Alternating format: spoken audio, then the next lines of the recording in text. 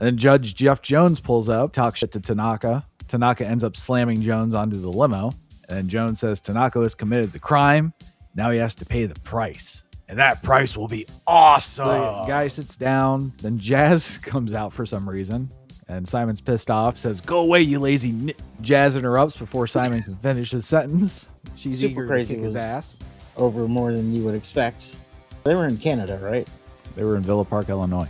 Oh, that takes away what I was going to say. Is like, wouldn't expect him to be that over in Canada. It's because Cyrus, he kept talking about being from Canada. Well, the announcer starts like announcing the match. Incredible's like, "No, you better not do that." And then Incredible just starts beating the shit out of the ring announcer with his Singapore cane. Then the lights go out. They come back on. Sabu's in the middle of the ring just pointing at the sky. Posing. So in ECW, if it's a three-way match, it's elimination style. Even though we just saw it, I forgot that was the rule. So I thought they were double pinning Taz to give Mike Awesome the title. So I thought Tanaka, he was the biggest Tommy idiot. Dreamer versus Rhino? Yeah, at this point, yes. I was so confused this whole like segment. It doesn't get any better. Like in the WWF, the heel or the good guy would kiss the woman, right? Mm-hmm. In ECW, the women just get fucked up. Yeah, they're not concerned with that. So Jazz is hurt. We don't know her condition. The brawl continues. The refs can't control the mayhem. It looks like this pay-per-view has completely fallen off the rails and there's nothing that anybody can do to stop it. But then rap music begins to play. Moving on, we have ECW Anarchy Rulz 1999. We were in Villa Park, Illinois. And it starts with a limo pulling up. And then a Timu Vince Russo swoops in for an interview. But it's Masada Tanaka that's riding in the limo, and he's not saying anything. And then Judge Jeff Jones pulls up without Psycho Sid, and he talks shit to Tanaka. Tanaka ends up slamming Jones onto the limo. And then Jones says Tanaka has committed the crime. Now he has to pay the price. And that price will be awesome. Whatever could that mean? Who knows? Then we cut to Joey Styles and Cyrus in the ring. They shake hands, and we learn that Cyrus is wearing a rubber glove, and he calls it protection for the intellectual intercourse he's going to have with Styles throughout the pay-per-view. And Styles kicks off the pay-per-view. And the first match is Lance Storm versus Jerry Lynn. Lynn came out with taped ribs. Apparently he was attacked by Lance Storm and Just Incredible before the pay-per-view. Starts off about as even as you can get. Whenever it looked like Lynn was taking over, Storm cut him off and vice versa. There's a long series of pinning combinations that ended with Lynn giving Storm a German suplex, and the crowd gave them a standing ovation, which was a cool visual. And then Storm hits a super kick out of nowhere, can't put Lynn away, thanks to the ref not paying attention. Lynn DDT Storm onto a chair, but Dawn Marie drapes Storm's foot on the ropes. She was great. Storm does a backbreaker submission. Lynn fights out of it and hits a Stone Cold Stunner. Then he hits a Frankensteiner, which Storm managed to kick out of. And Storm knees Lynn in the ribs, rolls him up with a quarter Nelson pin, and gets the win seemingly out of nowhere. It was very abrupt, but it was a great match. It was, and I had to rewind it too, because it was so sudden of a pin, I missed it. Yeah, it was just out of nowhere. There was no big climax. It's weird. He didn't have to hit Lynn with 100 super kicks and 3 tombstones and all this other bullshit. That'll come later. Yeah. But yeah, A+. So some guy named Simon Diamond comes out. Apparently Simon needs a tag partner. He tells some guy sitting ringside to be his partner. Guy falls for it. Starts to get in the ring. He goes, ah. Simon didn't say, Simon says. Gay. So the guy sits down. Then Jazz comes out for some reason. And Simon's pissed off. Says, "Go away, you lazy Jazz interrupts before Simon can finish his sentence. And she's eager to kick his ass. Simon then calls upon the guy he insulted earlier to go after Jazz. And he does for some reason. And then Jazz ends up hitting him with an X Factor. And she goes for a pin, but a second guy pulls the ref out of the ring. So Simon and the second guy just start beating the shit out of Jazz, jumping her, putting the boots to her. The Nova and Chris Chetty come out for the save, and they beat the fuck out of Simon and the second guy. This somehow turns into a match between Chris Chetty and Nova versus Simon and Second Guy. Nothing happened except for Second Guy went for a rock bottom and completely fucked up. And of course, the crowd didn't let him get away with it. Then Roadkill and Danny Doring crash the match, cause a DQ. And Jazz is still there. She gets hit with a heart attack clothesline from Roadkill and Doring. And then Roadkill goes to kill her with a splash from the top rope, but a bunch of other people hit the ring and a brawl ensues. So Jazz is hurt. We don't know her condition. The brawl continues. The refs can't control the mayhem, and they're looking around helpless. It looks like this pay-per-view has completely fallen off the rails, and there's nothing that anybody can do to stop it. But then rap music begins to play. New Jack comes out with his Looney Tune weapons and uses every single one of them on anything that moves. And then for some reason, he high-fived Nova, which took some cool points away, if I'm being honest. Yeah, what a crazy little segment that was, all of it. It's like they put a whole bunch of segments into one. Well, I don't know how much of it was planned.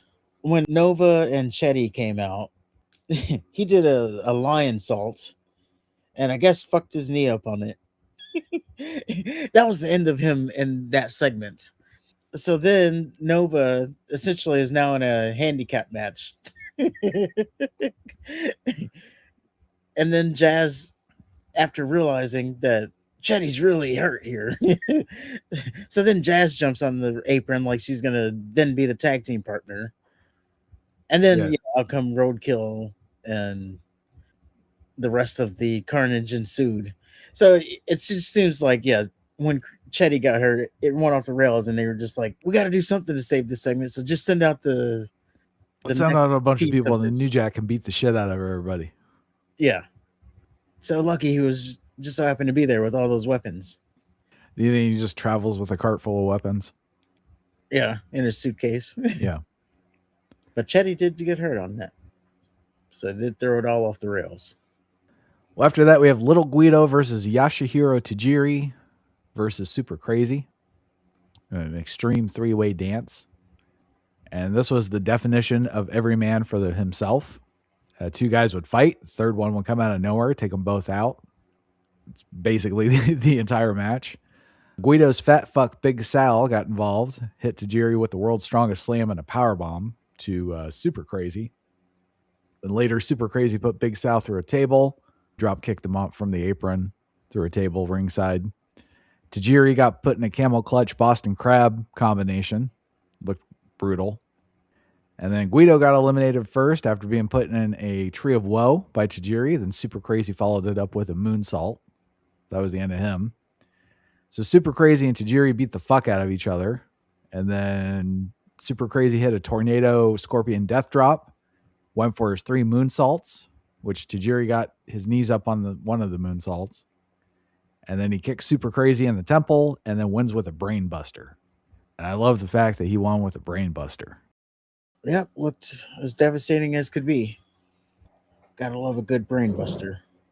This was an exciting 3-way dance, too. It was. Super Crazy was over more than you would expect. Well, he had those good matches with Tajiri. He did, but they were in Canada, right? In this pay-per-view? Yeah. They were in Villa Park, Illinois. Oh. That takes away what I was going to say. Is like, wouldn't expect him to be that over in Canada, but it's because Cyrus, he kept talking about being from Canada. Maybe that's where I got thrown off. Yeah, and Lance Storm's from Calgary as well. Not just Canada, Calgary. The wrestling capital of the world, as they said. Well, after that, they cut to the back where Steve Corino has something to say. He's with Rhino and Jack Victory.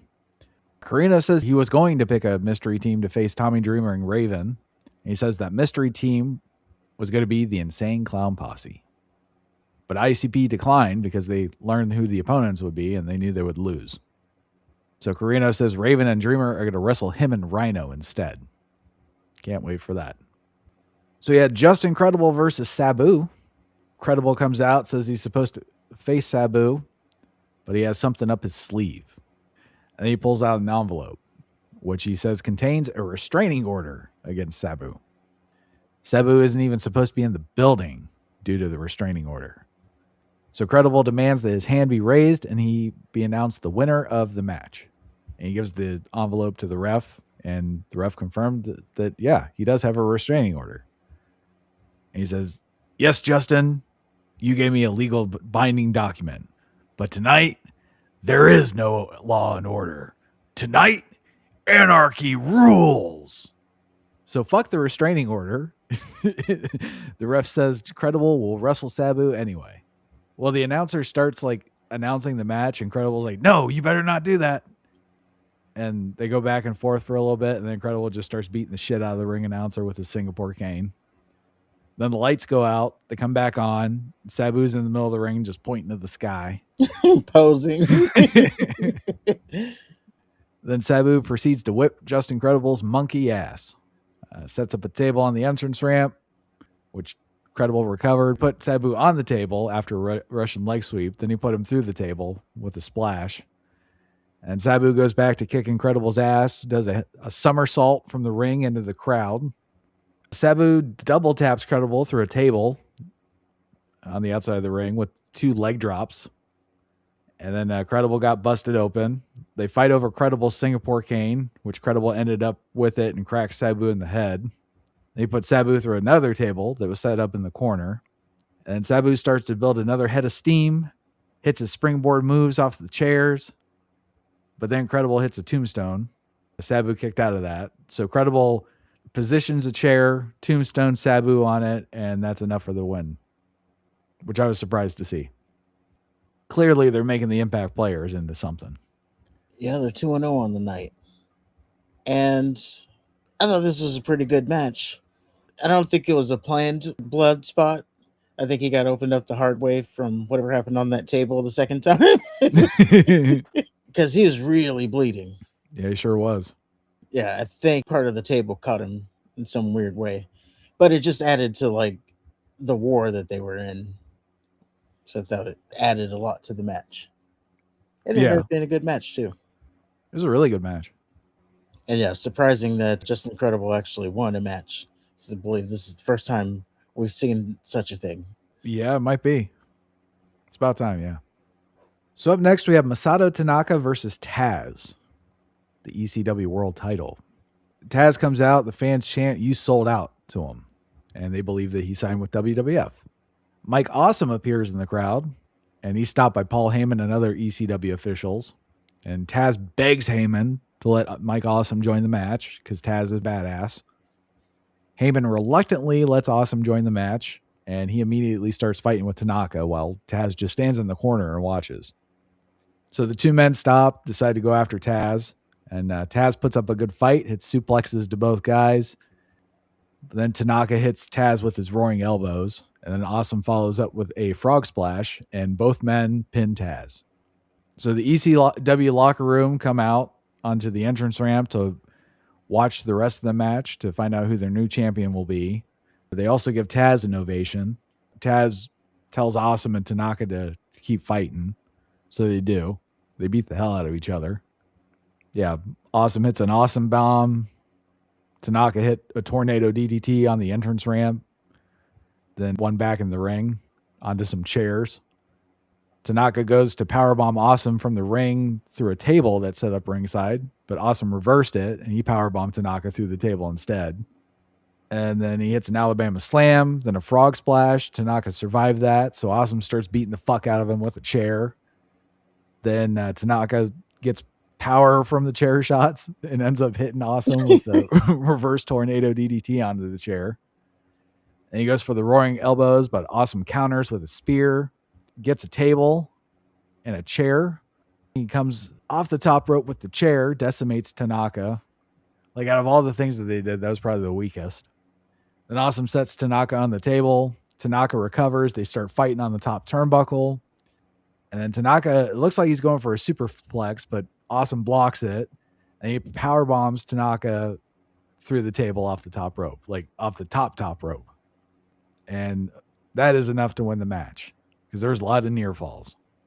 So Taz comes back into the ring and hands Awesome the belt, shakes his hand because he said that's what he'd do if he ever got beat. Then he goes back to the entrance ramp, has a moment with Paul Heyman, who thanks Taz for his title reign.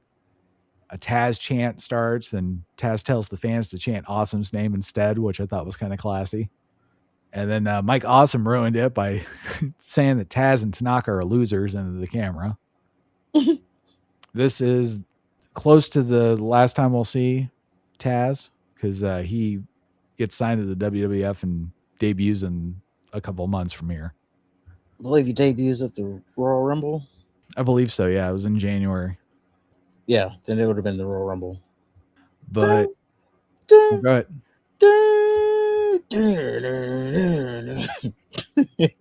That little orange 13 popping up. And then the disappointment can start. Yeah. I thought it was a cool visual having all the people come out. I thought that made the moment bigger.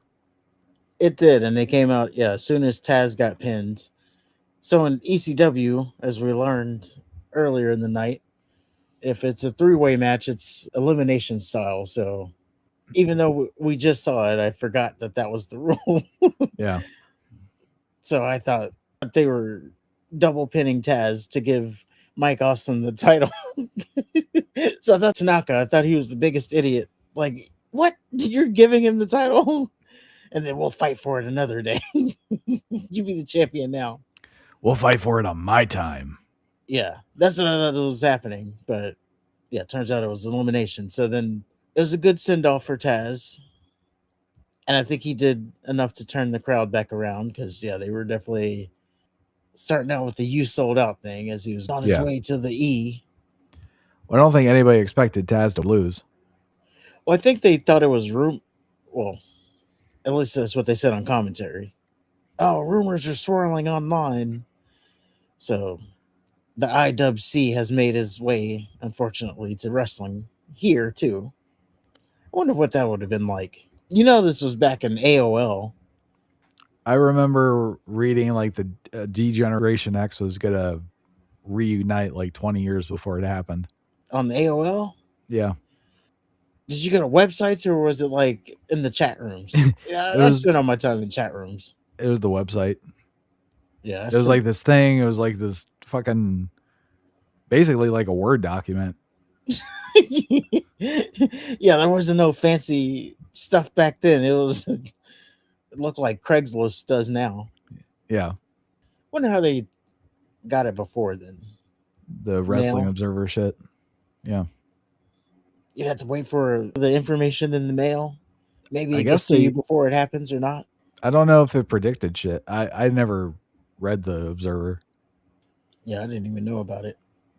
I didn't know about any of the dirt sheet stuff until Twitter. But I didn't seek it out either. I mean, I did online, but I never sought it out after that. Or before that. Yeah, I remember one time I got spoiled on something. And then, from there, I was just like, no, I don't like this. I just want the surprise. Well, it was new enough where I thought I could like get some insider shit and impress people with my vast wrestling insider knowledge. That's probably get the girl's pussy so wet. That's how it is now. It's like people think they can just get the inside scoop. Well, after that, it cuts to Raven standing next to a swing in the dead ass middle of the night. You can hear like crickets and shit. And he talks about how he and Tommy Dreamer were the best of friends. Then they started hating each other. And then Dreamer stole Beulah McGillicuddy from Raven. And it was kind of funny because Beulah said she was pregnant. Then she told Raven the baby's not his. And he immediately starts beating the fuck out of Stevie Richards. And Beulah's like, no, stop. It's Tommy's. So Raven and Tommy Dreamer had a feud after that. But Raven says Dreamer could never beat him until Raven suggests he basically let him win. Yeah, he felt sorry for him and let him win. Yeah.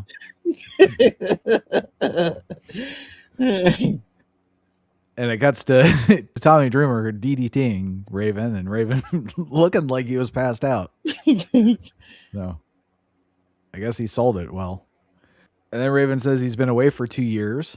And in those 2 years, Dreamer lost his purpose. And his career's fucked. And he lost Beulah. And then Raven says he's the devil. And he's going to be Tommy Dreamer's own personal demon. because he's been crucified for Dreamer's sins. And again, it's worth noting that they're supposed to tag team together later. So this is kind of weird.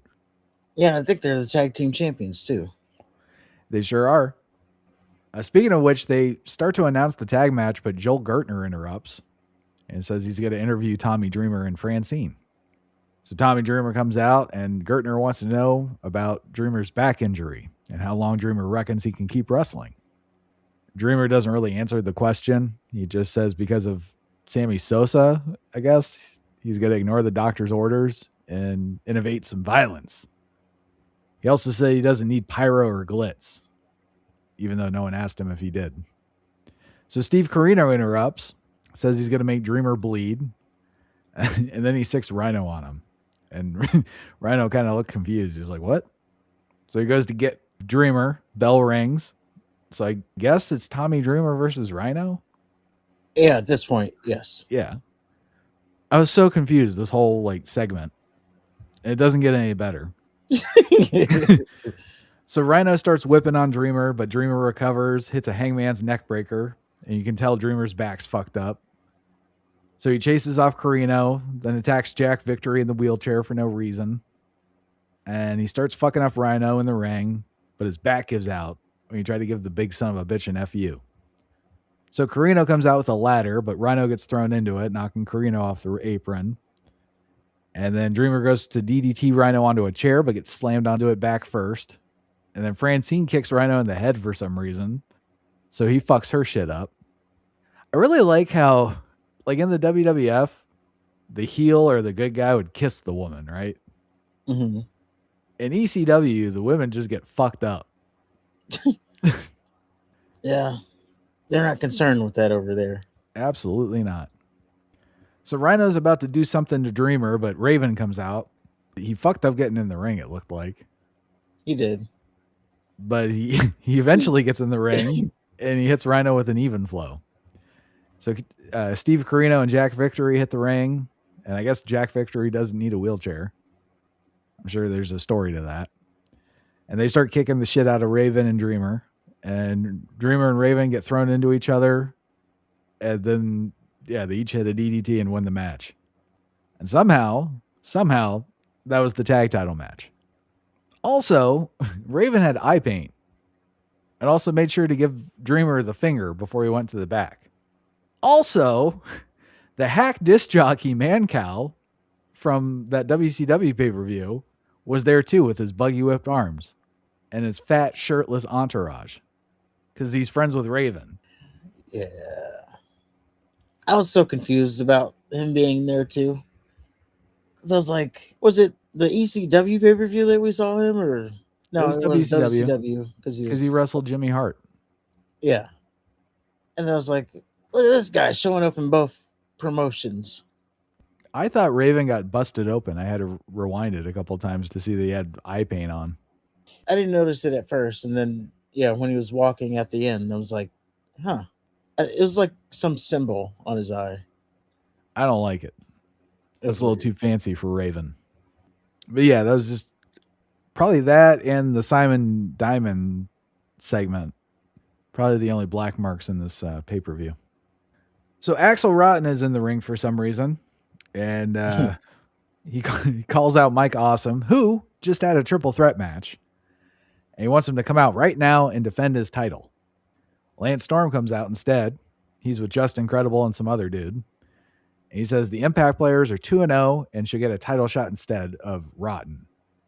So Rotten better rescind his challenge before the Impact players do it for him. Rotten chooses to fight, gets his ass whooped because, it's 3-on-1. Balls Mahoney and Spike Dudley come out to even the odds. Spike does his little nut shots, and then he hits Don Marie with an acid drop. And Spike gets taken out. Then Balls hits the ring with the chair. Everyone leaves except the nobody that came out with Storm Incredible, and he gets leveled. Turns out that nobody was supposed to wrestle with Rob Van Dam. So Axl Rotten challenges RVD on Balls Mahoney's behalf. So we get Balls Mahoney versus RVD.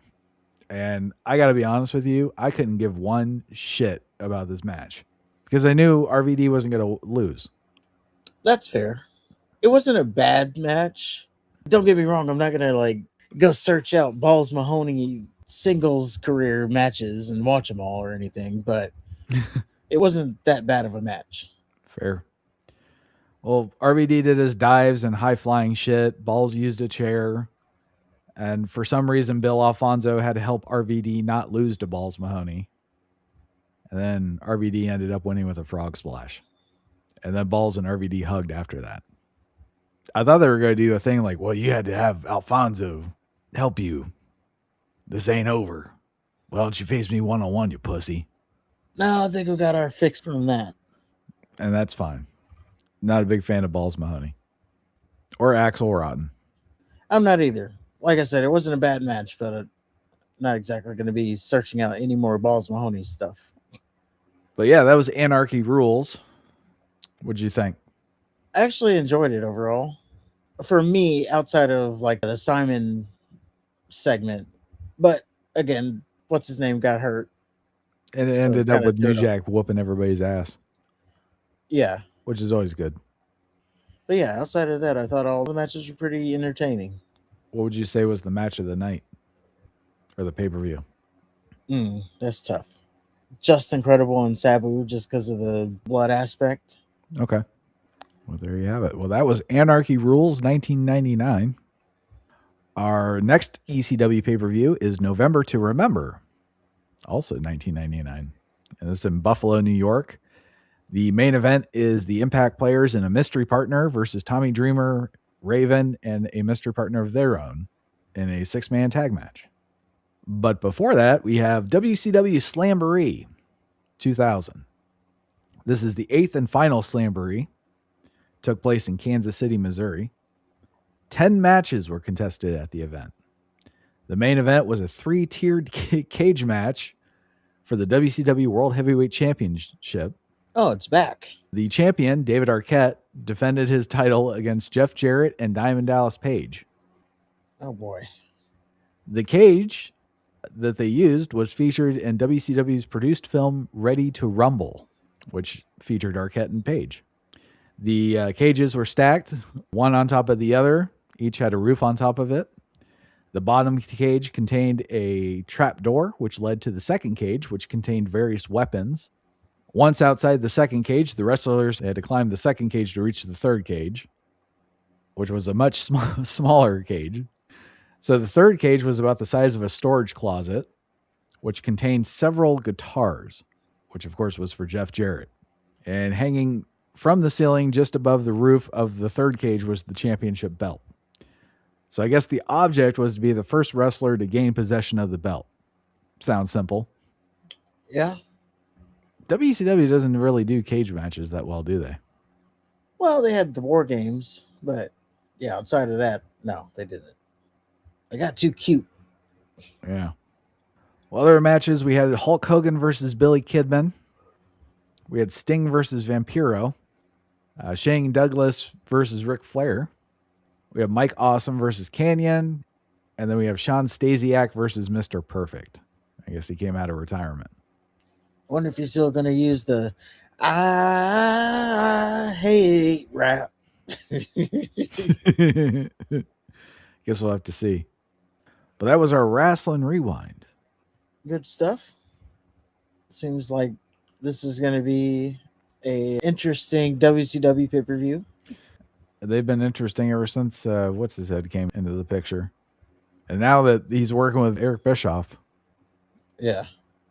The last one was okay. Ended up being okay for me. Like, even though it was all tournaments. Mm-hmm. It could have been worse. It worked out for me. I still stand by the theory that the shit we're watching in modern times is so bad that there's nothing they could have done in the past that's worse. Well, we're going to find out, it seems. That's true. If this one ain't going to do it, I mean, David Arquette as champion, you saying that alone is... He's not fighting for the championship. He is the champion. Yes, and defending it on a pay-per-view. So yes, just imagine if McAfee was the champion, defending it against Randy Orton. That's what we're getting right now. I think Vince may have been the silliest WWF champion. Yeah, and even that was for a story. I don't think he ever defended it, did he? He gave it up. That sounds right. I was just thinking that. I'm going to retire. Yeah, I think that's what happened. Something like, yeah, he won it, and then, yeah, he said something about he's not going to defend it. Like, he can't defend it, so he put it up in a tournament, if I remember correctly. Either there, he just gave it to the Undertaker. Could be, yeah. I always find it interesting that Eric Bischoff is quick to talk shit, like he's some sort of genius, but aside from like that brief moment with the NWO, his shit has been weak as fuck. Yeah. He flubbed the Sting thing. He flubbed Bret Hart. They even like had the Wolfpack and they fucked that up. Then they had the NWO whittled down to 3 nobodies. Wasn't it like Horace Hogan and Buff Bagwell and some other dude? Stevie Ray was the leader. Yeah. Like, I like Stevie Ray, but come on. Like, what does he even have to do with the NWO? Exactly. Anyway? The Luchadors are gone. Or at least like Rey Mysterio and Eddie Guerrero. Yeah, and them opening the show. I just think he's kind of a hypocrite. Like, dude, your shit sucks too. It did, but if you listen to him, everything he talks about is about like the business aspect of it. He can always rely on, the amount of money he drew. That's true. You can't take that away from him. However, aside from that little brief moment, that's about all he has. And he's just really quick to call Vince Russo an idiot and shit. He's got nothing under the hood. Yeah, it was brief, but he had it. Well, so did Vince. He did. And you can say that McMahon was the filter and stuff, but Vince Russo still came up with the ideas. That's all I'm saying. He did. Yeah, but it will be interesting to see what happens there.